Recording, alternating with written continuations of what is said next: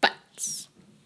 We all have them, but a lot of the time, people have issues with drawing them, doing, for example, the infamous bubble butt. To fix that, let's get into studying the muscles of the butt. Same as last video, I'm writing off to the side what the main muscles I'm going to be studying are called, then what their connection points are, its function in the human body, and then any additional shapes that may make it easier for me to understand and remember.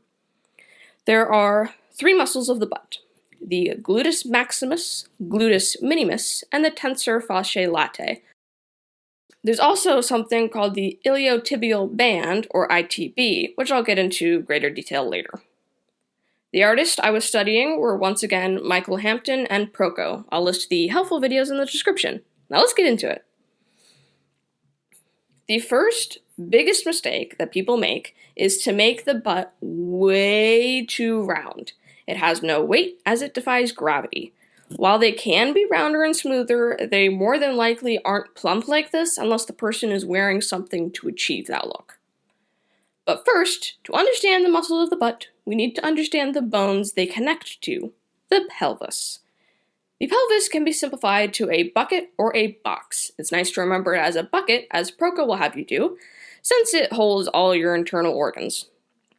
To be completely honest, the pelvis in of itself was really racking my brain trying to understand it when I was drawing all of this, so I'm just going to do my best to describe it, or at least what I keep in mind with it. So after the sacrum, which is, the tailbone, the last part of the spine, the next part connected is the ilium.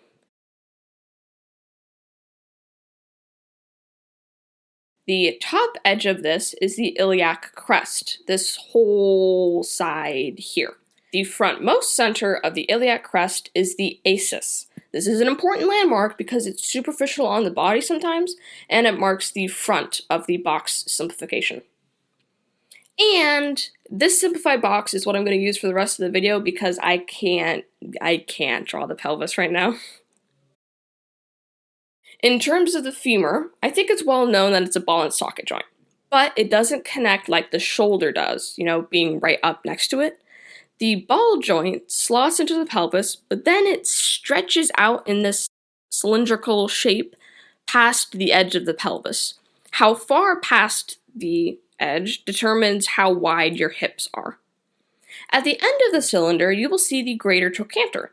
It reminds me of a wrench. Now, keep in mind, it's all the same bone, so it's all connected. Now that we got the pelvis and the legs figured out, I'm going to bring in the biggest muscle in the body and the first muscle of the booty, the Gluteus Maximus.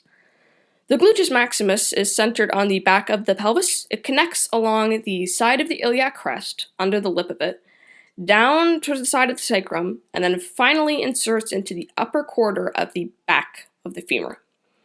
It also connects to the ITB band, which I will, again, get into later. At the very bottom, right along here, is something called the gluteal fold. This is where you'll see it wrap around the leg when you lift it. I'll get more into that later. The Gluteus Maximus function is to pull your leg back, straighten your back if you're bending at the hip, and it helps to also rotate your legs to the side. Shape-wise, it can look like a rounded square. Sometimes it can take another shape, which people simplify it to a nut, a bean, or a butterfly shape. I kind of like the bean. Michael Hampton favors the butterfly. From the side, you can see it connects on the back half, brushing against the side of the greater trochanter. The next muscle, the Gluteus Medius.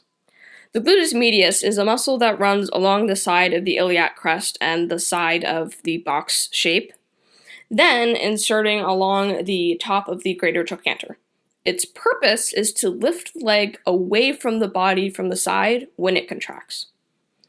Shape-wise, surprisingly, as Michael Hampton and Proko point out as well, it looks a lot like the deltoid. Next and last of the 3 hip muscles, the Tensor Fasciae Latea. I misspelled it horribly in the page, so just don't think about that. Anyway, the tensor fasciae latae is a tear-shaped strip of muscle that connects to the side of the iliac crest and then goes straight to the ITB. Proko gives a good tip here. He says that it's in about the same location as your pants pocket and it's kind of shaped like one. Alright, now that we've done 3 muscles, I want to show you something about how they all wrap around the leg. As you see, they wrap around the greater trochanter. Some artists simplify this to a tire. Most commonly, you'll see it as a tire. I like the roly-poly. Now that we've seen all the muscles, I want to talk about the iliotibial band like I said I was going to. The iliotibial band, or again, ITB, is a strip of fascia that connects to the edge of the iliac crest, then to the tibia below the knee. Now it does cover the gluteus medius, but since it's thinner there, the muscle can still poke through.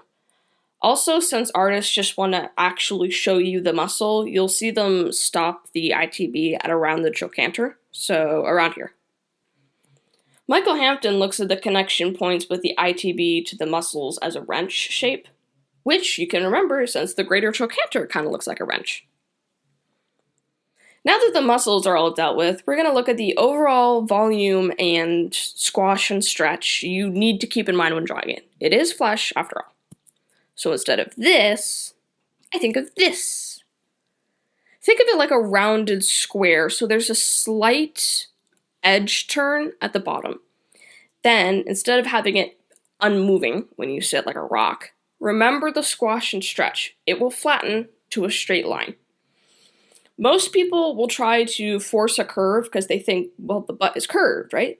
But no, in this case, it gives to the sturdiness of the structure you're sitting on, so it'll be straight. Bubble butts, however, do exist, or at least just rounder butts. If you have a bit more fat, then it will make no clear edge turn like I like to do.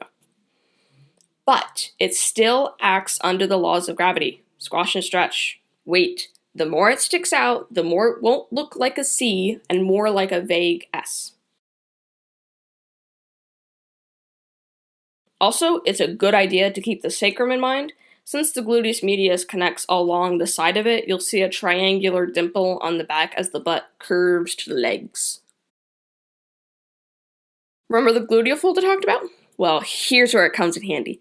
See, it wraps around the leg, but you'll only see the indentation when you lift your leg backwards. It will then become a wrapping line that we can use to show the form and direction of the leg. But you can't draw this line all the time. As you see, if the leg is lifting forwards, then it's a smooth transition from butt to leg. But if it's pushing back, fold. Now that we're at the end of the video, I'm starting to remember something about studying muscles or anything with art in general. The first step is knowledge. You just have to know these things exist. After that, it's understanding and repetition. If you forget where a muscle connects to, or what its shape is, or how the rhythm of something is, or all of this, you can't just go, I'll look it up later if you want to improve. If you have a question, you have to strike while the iron is hot and find the answer. You'll be asking a lot at the start, but as you start reinforcing that answer, over time you won't need to dig for it as much.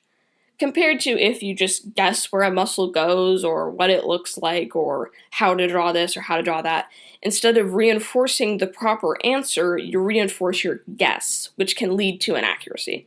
So if you really want to make sure you're right, just check. That's something I remembered that I have to practice more. Alright, if this video helped, consider coming over to my YouTube channel and subscribing. I study things and then try to teach what I learned. Until then, see you next time, and I wish you all a very good day.